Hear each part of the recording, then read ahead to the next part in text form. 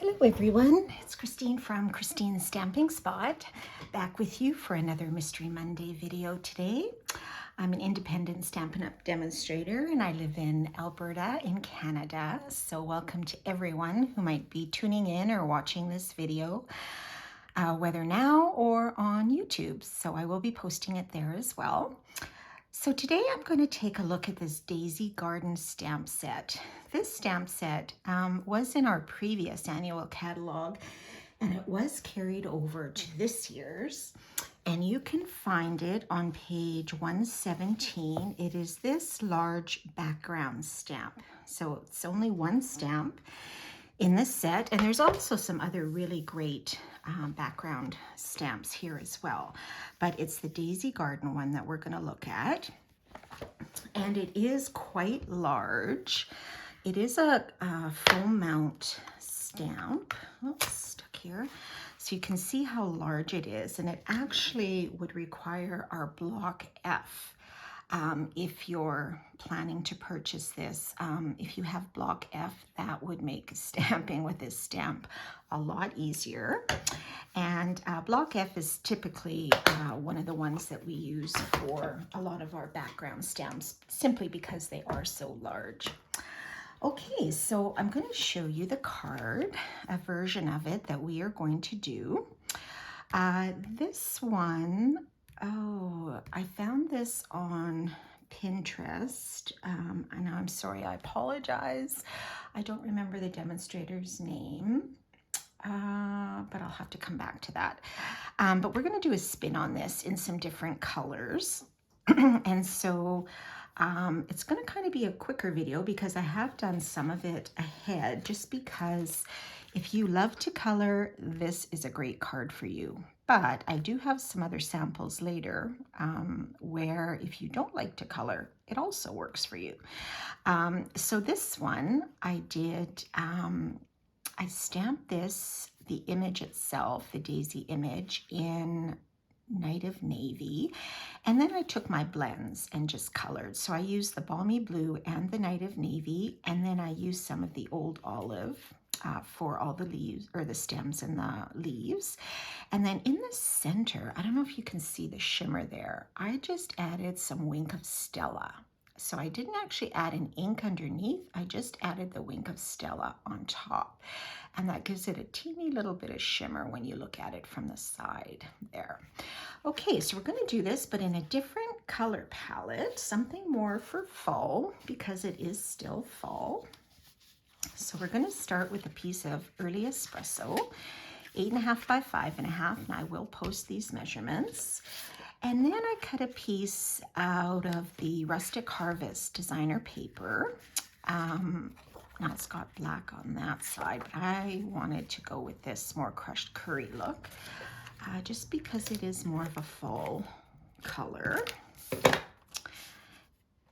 And so we're going to put that on and set this aside for a second. Okay, so then I did cut a piece of basic white, and I stamped the daisy image in the Tuxedo Black Memento, and then started coloring. So I kind of wanted this to look a little bit like, you know, the Black Eyed Susans, or the sort of other sort of harvest sort of daisies and different things that we have.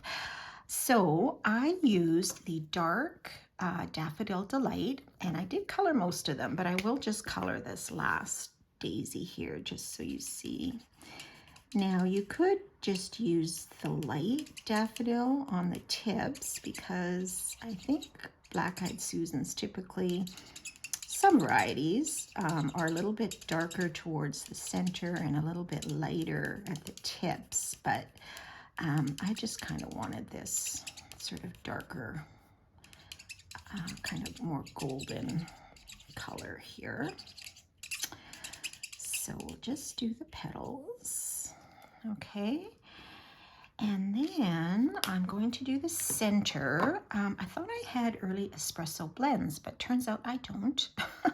So I am going to use the dark soft suede in the center here.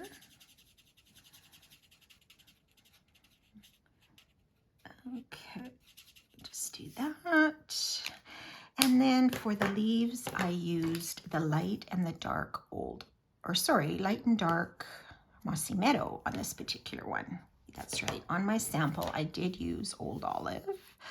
But for this one, I pulled out the Mossy Meadow because I thought it was just a little bit darker. So let me see, this is the light. Let's start with the dark. Okay, so I'm just going to do the stems here in the dark. And what's nice about these daisies is you could do them any sort of color. Like there are different colors of daisies or echinacea sort of out there. So you could use different color palettes, I'm sure would still work. But we'll go with this. So then I just use the dark to sort of touch up these veins here, which is nice. Stampin' Up! Does that work for us in the stamp where it adds those little veins and things.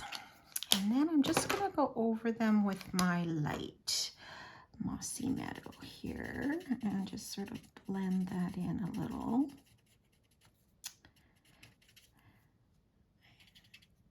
And there are sort of leaves tucked in behind there. So there is quite a bit of greenery that pops through, which is nice. You could also just emboss this on a dark base, maybe in a gold or a silver or a copper. That would look nice too without anything. Just embossing the actual stamp. That would look quite striking.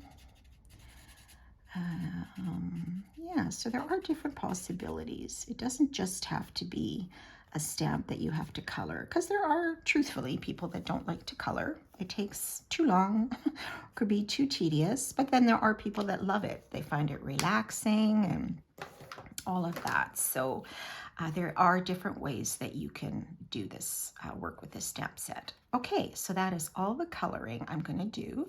So again, you can see the tuxedo black is sort of the outline there, and then we just colored it in. So then we'll attach this. Okay, so I goofed up on that side, you can see. Oh, the beauty of stamping. You can always turn it over and start again. All right, so let's put this here. Okay, and then I did a happy birthday, and I took that out of the Happiness Abound stamp set. I really liked some of these because they were small and wide, and it just kind of, I wanted it to go across like I did here on the sample, but I switched up the color palette. So we have some Espresso, Daffodil Delight, and then the white. So let's put this white on top.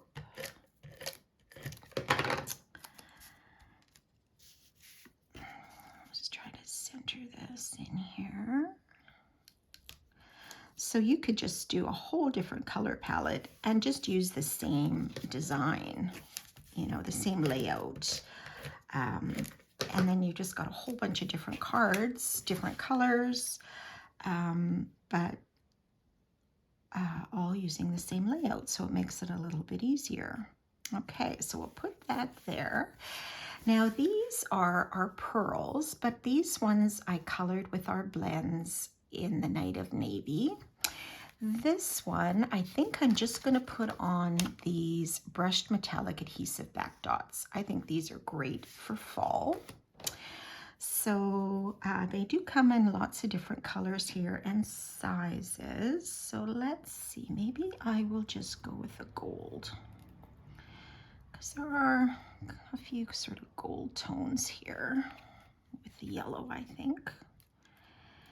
And we will just put one on either side there. If you wanted, you could probably add a couple at the top, but I think this will be fine. Try to center those a little. So that's another version of the same card, just in a different color palette. So I have two other samples to show on different ways that I use this stamp set. So this is one of them. Now this, you might recognize this. I had done a video a while back when a previous celebration was on with the Calming Camellia set, and this is the same sort of technique where I stamped the image in Night of Navy, and then I just used our craft ink and applied it on the petals with a blender pen, or if you have a little paintbrush or something. Now this isn't quite dry, and there are a few darker spots than others, so I might still go over that a bit. And then the inside I just left because it brought sort of that balmy blue through there. And these leaves and stems I did with Granny Apple Green. And so that's another way with the balmy blue, the Night of Navy, that these daisies just kind of pop out a little bit. And then for the people that don't want to color, or if you like black and white, I did this one. So black and white can be beautiful all by itself, and this would be the simplest way to use this stamp. It's just stamped on our basic white and our tuxedo black. No coloring. If you wanted, you could maybe just color the centers if you wanted. I added a little bit of designer paper behind, but you don't even have to do that if you don't want. And then just added our same greeting and just put a couple of regular pearls. I just left it black and white. I didn't put another layer under there. I just wanted to keep it black and white.